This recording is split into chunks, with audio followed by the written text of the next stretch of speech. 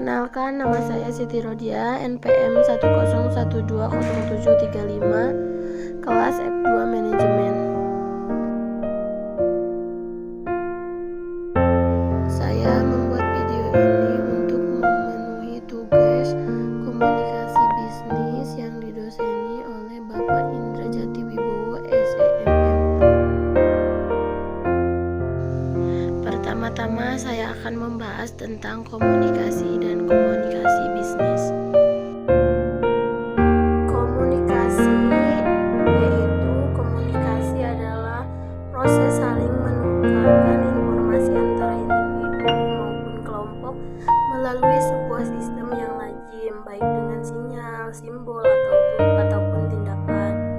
Unsur komunikasi terdiri dari komunikator, pesan, saluran atau media komunikasi atau umpan balik.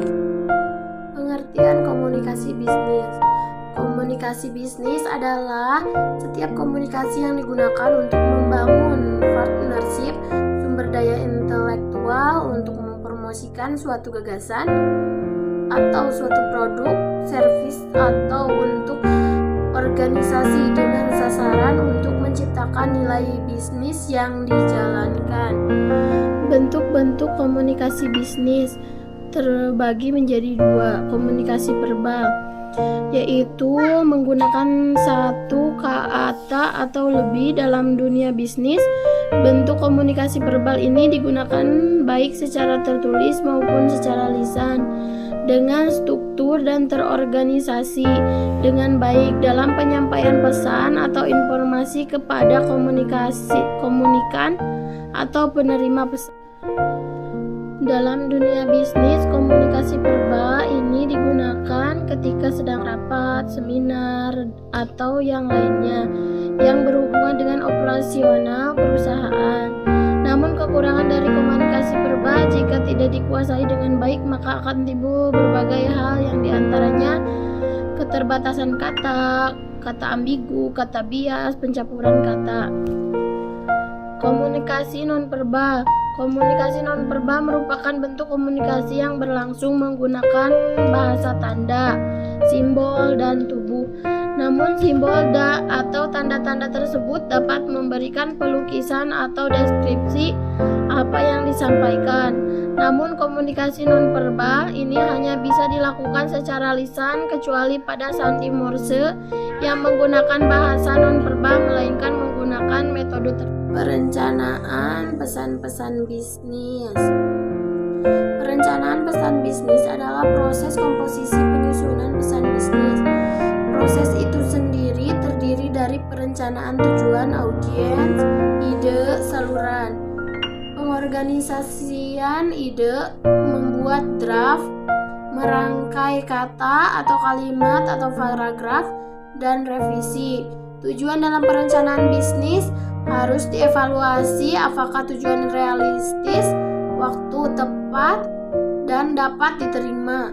Tujuan juga harus diuji apakah sesuai dengan kemampuan, ketepatan waktu, dan orang, dan selaras dengan tujuan organisasi. Dalam merencanakan suatu pesan bisnis, terdapat beberapa tahapan yang harus dilakukan oleh komunikasi atau komunikator atau penyampai pesan, yaitu 1.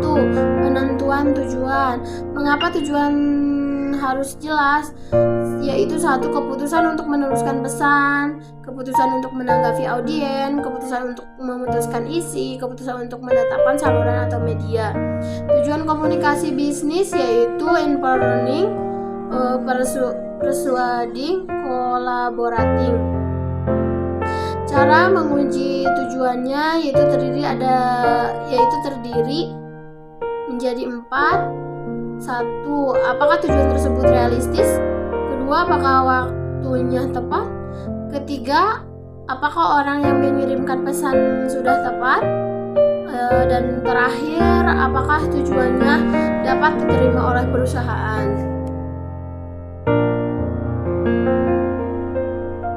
Cara mengembangkan menyediakan profil audien, yaitu berapa jumlah dan bagaimana komposisi audien, siapakah audiennya, reaksi audien, bagaimana tingkat pemahaman audiennya, dan bagaimana hubungan komunikator dengan audien. Yang kedua, cara memuaskan kebutuhan informasi audien. Temukan atau cari yang diinginkan oleh audien dan antisipasi terhadap pertanyaan yang diungkapkan. Berikan semua informasi yang diperlukan, yakinkan bahwa informasinya akurat. Tekankan ide-ide yang paling menarik bagi audien.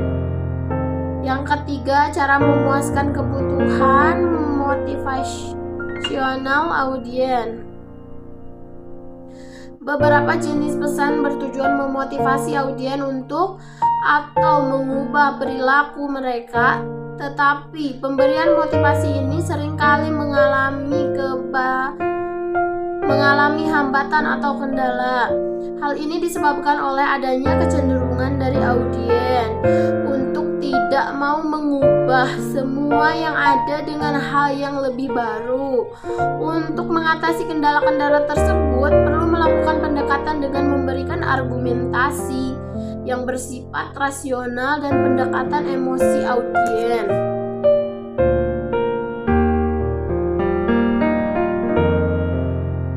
Penulisan dan revisi pesan bisnis.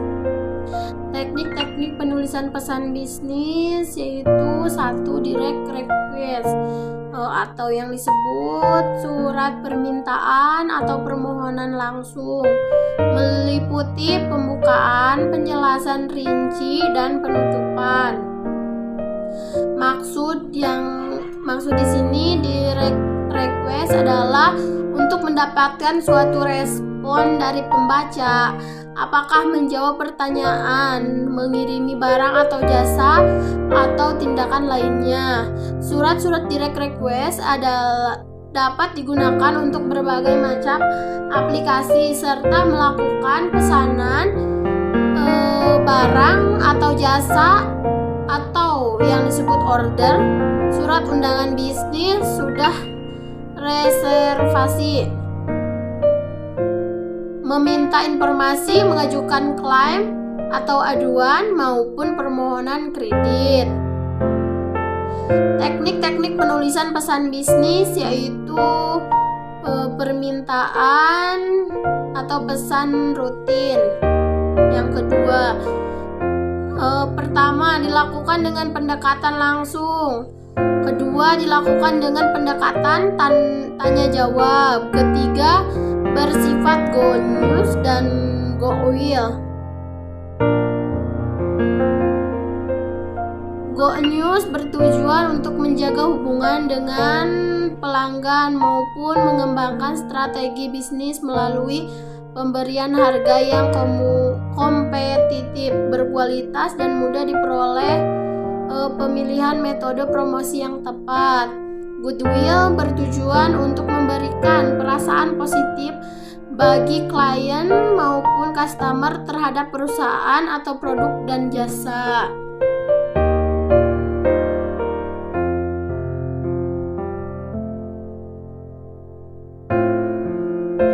Pesan negatif adalah pesan apapun yang membuat pembaca akan memiliki reaksi emosional yang tidak menyenangkan. Pesan positif adalah pesan-pesan bisnis yang memberikan kesan menyenangkan. Permintaan pesan rutin dan positif menggunakan pendekatan langsung. Pesan persuasif adalah salah satu cara berkomunikasi dalam pengirim pesan atau komunikan kepada penerima pesan. Komunikator yang mana memiliki maksud untuk mendorong atau memotivasi atau mengajak menerima pesan supaya menyampaikan ide yang dapat mempengaruhi pola pikir.